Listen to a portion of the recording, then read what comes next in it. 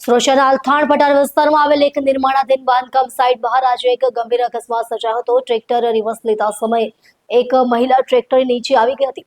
સદનસીબે મહિલાનો જીવ બચી ગયો હતો, પરંતુ તેમને ગંભીર ઈજાઓ પહોંચતા તાત્કાલિક સારવાર માટે હોસ્પિટલ ખસેડવામાં આવી।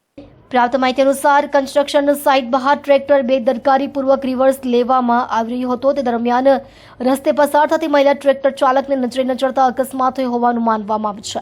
ઘટના સ્થળે હાજર લોકોમાં ભય અને રોષની લાગણી ફેલાઈ ગઈ હતી। અકસ્માત બાદ ટ્રેક્ટર ચાલક સ્થળ પરથી ફરાર થઈ ગયો હતો, જ્યારે કોન્ટ્રાક્ટર દ્વારા જવાબદારી સ્વીકારવામાં ગલ્લાતલ્લા કરવામાં આવતા લોકોમાં વધુ રોષ જોવા મળ્યો હતો। સ્થાનિકોમાં એવી ચર્ચા પણ ચાલી રહી છે કે ટ્રેક્ટર ચાલક નશામાં હતો કે કેમ, જોકે આ બાબતે પોલીસ તપાસ ચાલુ છે। ઇજાગ્રસ્ત મહિલાએ પોલીસ સ્ટેશનમાં ફરિયાદ નોંધાવી છે અને ટ્રેક્ટર ચાલક તેમજ જવાબદાર કોન્ટ્રાક્ટર વિરુદ્ધ કડક અને શિક્ષાત્મક કાર્યવાહી કરવાની માંગ કરી છે। મહિલાએ રડતા રડતા જણાવ્યું હતું કે જો મારો જીવ ગયો હોત તો મારા બાળકો અને પરિવારની આખી જિંદગી રોવાનો વારો આવત। આ ઘટનાએ શહેરમાં રોડ પર ચાલતા સામાન્ય લોકોની સુરક્ષા અંગે ગંભીર પ્રશ્નો ઊભા કર્યા છે।